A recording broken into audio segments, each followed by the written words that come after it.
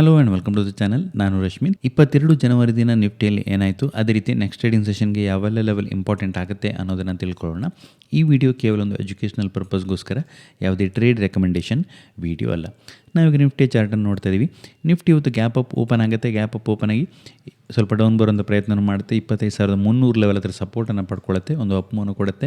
Almost 450 ಲೆವೆಲ್ಗೆ reach ಆಗುತ್ತೆ. ಅಲ್ಲಿಂದೊಂದು down ಮೂವ್ನ ಕೊಡುತ್ತೆ. ಡೌನ್ ಮೂವ್ನ ಕೊಟ್ಕೊಂಡು ಈ ಗ್ಯಾಪನ್ನು ಏನು ಕ್ರಿಯೇಟ್ ಮಾಡಿತ್ತು ಮಾರ್ನಿಂಗಲ್ಲಿ, ಅದನ್ನು ಫಿಲ್ ಮಾಡುತ್ತೆ. ಅಲ್ಲಿ ಸಪೋರ್ಟನ್ನು ಪಡ್ಕೊಂಡು ಅಪ್ ಮೂವ್ನ ಕೊಡುವಂಥ ಪ್ರಯತ್ನವನ್ನು ಮಾಡುತ್ತೆ. ನಮ್ಮ ಹಿಂದಿನ ಅನಾಲಿಸಿಸ್ ವಿಡಿಯೋದಲ್ಲಿ ಈ 25,300 ಲೆವೆಲ್ಗಿಂತ ಮೇಲೆ ಸಸ್ಟೈನ್ ಆದರೆ ಪಾಸಿಟಿವ್ ಮೂವ್ನ ನೋಡ್ಬೋದು ಅಂತ ಒಂದು ಎಕ್ಸ್ಪೆಕ್ಟೇಷನ್ ಇತ್ತು.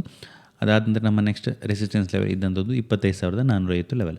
ಇವತ್ತು 300 ಲೆವೆಲ್ಗಿಂತ ಮೇಲೆ ಓಪನ್ ಆಗುತ್ತೆ. ಅಲ್ಲಿ ಸಪೋರ್ಟನ್ನು ಪಡ್ಕೊಂಡು 450 ಲೆವೆಲ್ಗೆ ರೀಚ್ ಆಗುತ್ತೆ. ಹಾಗಿದ್ರೆ ನೆಕ್ಸ್ಟ್ ಟ್ರೇಡಿಂಗ್ ಸೆಷನ್ಗೆ ಯಾವೆಲ್ಲ ಲೆವೆಲ್ ಇಂಪಾರ್ಟೆಂಟ್ ಆಗುತ್ತೆ ಅಂತ ನಾವು ನೋಡೋದಾದರೆ, ಇವತ್ತು ನಿಫ್ಟಿ ರಿಯಾಲಿಟಿ ಸೆಕ್ಟರ್ 0.74% ಡೌನ್ ಮೂವ್ನ ಕೊಟ್ಕೊಂಡು ಕ್ಲೋಸಿಂಗನ್ನು ಕೊಡ್ತು ಅಂತ ಹೇಳ್ಬೋದು. ಉಳಿದೆಲ್ಲ ಸೆಕ್ಟರ್ಗಳು ಪಾಸಿಟಿವ್ ನೋಟಲ್ಲೇ ಕ್ಲೋಸಿಂಗನ್ನು ಕೊಟ್ಟು, ಮೀಡಿಯಾ 2.4% ಅಪ್ ಮೂವ್ನ ಕೊಡ್ತು. PSU bank 2.3%, pharma 1.59%, metal 1.18%, health care 1.18%, FMCG 1.1% up ಮೂವ್ನ ಕೊಟ್ಕೊಂಡು ಕ್ಲೋಸಿಂಗನ್ನು ಕೊಡ್ತು.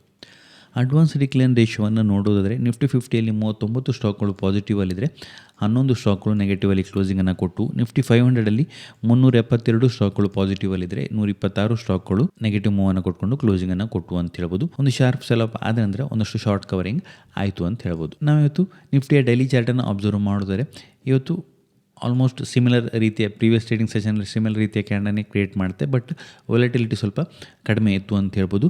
ಸೊ ಅಗೇನ್ ಅಪ್ ಹೋಗುತ್ತೆ, ಹೈಯರ್ ಲೆವೆಲ್ ರಿಜೆಕ್ಟ್ ಆಗುತ್ತೆ, ಅಗೇನ್ ಡೌನ್ ಬರುತ್ತೆ, ಲೋವರ್ ಲೆವೆಲಲ್ಲಿ ಸಪೋರ್ಟನ್ನು ಪಡ್ಕೊಳ್ಳುತ್ತೆ.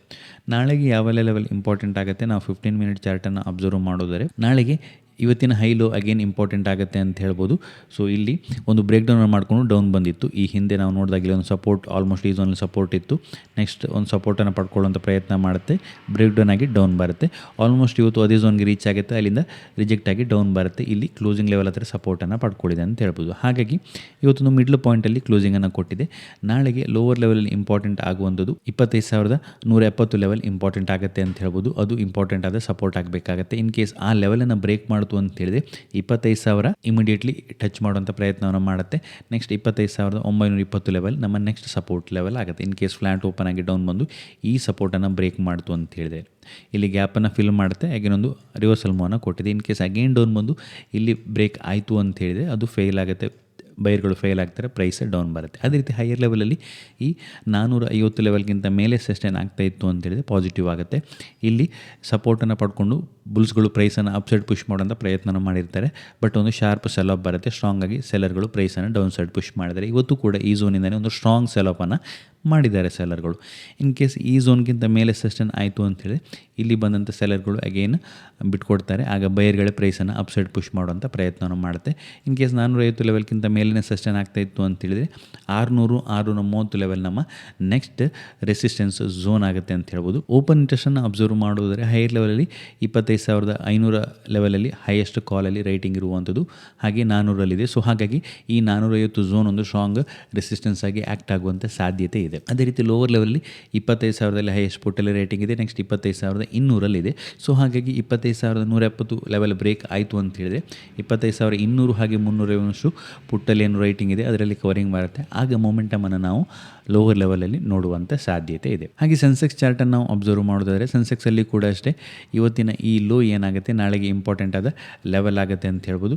81,900-870 ಲೆವೆಲ್ ಏನಾಗುತ್ತೆ ಅದು ಇಂಪಾರ್ಟೆಂಟ್ ಆದ ಸಪೋರ್ಟ್ ಲೆವೆಲ್ ಆಗುತ್ತೆ.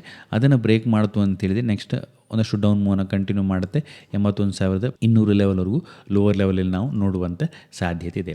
ಅದೇ ರೀತಿ ಹೈಯರ್ ಲೆವೆಲಲ್ಲಿ ಅಗೇನ್ ಇವತ್ತಿನ ಈ ಹೈ ಏನಾಗುತ್ತೆ ಇಂಪಾರ್ಟೆಂಟ್ ಆಗುತ್ತೆ. 82,800 ಅಂತ ನಾವು ಟ್ರೀಟ್ ಮಾಡ್ಬೋದು. ಆ ಲೆವೆಲ್ಗಿಂತ ಮೇಲೇ ಸಸ್ಟೈನ್ ಆಗ್ತಾ ಇತ್ತು ಅಂತ ಹೇಳಿದರೆ ಹೈಯರ್ ಲೆವೆಲಲ್ಲಿ 83,400 ಲೆವೆಲನ್ನು ಟೆಸ್ಟ್ ಮಾಡುವಂಥ ಪ್ರಯತ್ನವನ್ನು ಮಾಡುತ್ತೆ ಸೆನ್ಸೆಕ್ಸ್. ಇದಿಷ್ಟು ಈ ವಿಡಿಯೋದಲ್ಲಿ. ನಿಮಗೇನಾದರೂ ಈ ವಿಡಿಯೋ ಇಷ್ಟ ಆಯಿತು ಅಂತ ಹೇಳಿ ಲೈಕ್ ಮಾಡಿ, ನಿಮ್ಮ ಸಜೆಷನ್ಸನ್ನು ಕಮೆಂಟ್ ಮಾಡಿ. ಇನ್ನು ಹೆಚ್ಚಿನ ವಿಡಿಯೋಗಳಿಗಾಗಿ ನಮ್ಮ ಯೂಟ್ಯೂಬ್ ಚಾನಲನ್ನು ಸಬ್ಸ್ಕ್ರೈಬ್ ಮಾಡ್ಕೊಳ್ಳಿ. Thank you.